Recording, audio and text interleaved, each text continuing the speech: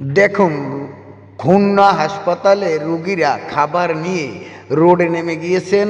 হাসপাতালের সামনে আন্দোলনের জন্য প্রস্তুত হয়েছেন রোগীরা সহকারে। গোটা বছর আমি দেখেছি এরকমের প্রমাণ, এরকমের দৃশ্য বাংলাদেশে দেখছেন কিনা বা দেখাইতে পারছেন কিনা। আর এখন দেখুন বাংলাদেশে কি দুর্নীতি হওয়া ধরছে। হাসপাতাল থেকে বাংলাদেশের সর্বোচ্চ সকল কাজের ভিতরে দুর্নীতি ঢুকে গিয়েছে।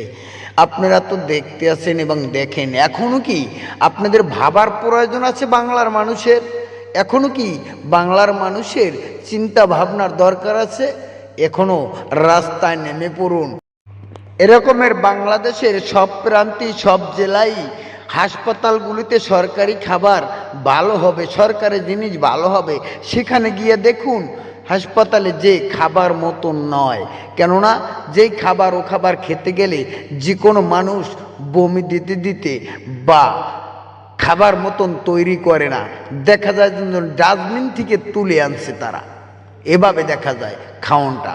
তাই এভাবে বাংলাদেশের সব জায়গায় তা শুনুন কথাগুলো ভিডিওটা। দর্শক, আপনারা যে যেখান থেকে খুলনা পেজের লাইভ দেখছেন সকলকে শুভেচ্ছা। আমি এই মুহূর্তে রয়েছে খুলনা মেডিকেল কলেজ হাসপাতালের সাবেক জরুরি বিভাগের সামনে। আপনারা ইতিমধ্যে ক্যাপশনে দেখেছেন যে খুলনা মেডিকেল কলেজ হাসপাতালে আজ দুপুরে যে খাবার পরিবেশন করা হয়েছিল রোগীদের, সেই খাবারে কিন্তু যে মুরগির মাংস ছিল, সেই মুরগির মাংস পচা এমনটি অভিযোগ করছেন রোগী ও তার স্বজনরা। আমরা একটু কথা বলবো। আপা, এই যে হাতে মুরগির মাংস নিয়ে এখানে দাঁড়িয়ে আছেন কেন? ভাই, এটা দুপুরের গোশ। আমাদের দুপুরে খাবার দিয়ে গেছে, আমরা খাইতে বসে দেখি কি মুরগি থেকে প্রচুর পরিমাণে দুর্গন্ধ হয়। তখন গোশটা রাইখে দিলে পাশের আপা এসে বলতেছে, আপা আপনার গোশে কি ট্রাবল আছে? বলছে হ্যাঁ, আমাদের ট্রাবল আছে। তো বলতেছে ওই ভাইয়া বমি করতেছে, দেখেন গালে দিয়ে। তো বমি করতেছে তার মানে কি? তাহলে সবার গোশগুলো এক জায়গায় করেন, আমরা একটু দেখি কি অবস্থা।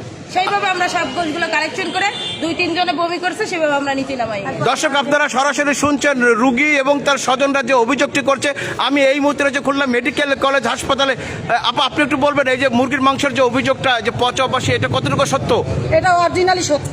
আমাদের দুপুরে খাইতে দিছে, আমরা খাইতে রুগীরা দিছি, তখন রুগী বলছে খাইতে পারবো না, এটা গন্ধ করছে। তো আমি বলছি যে কেন খাইতে পারবি না, দেখি আমরা নিয়ে। তখন আমরা মুখে দিয়ে দেখি যে মুরগি থেকে এরকম গন্ধ হচ্ছে, আর হইলো যে পচা গন্ধ বেরোচ্ছে। তা আমি বলছি যে তাইলে আমরা এগুলো নিয়ে নিচে যাই। নিচে যখনই গেছি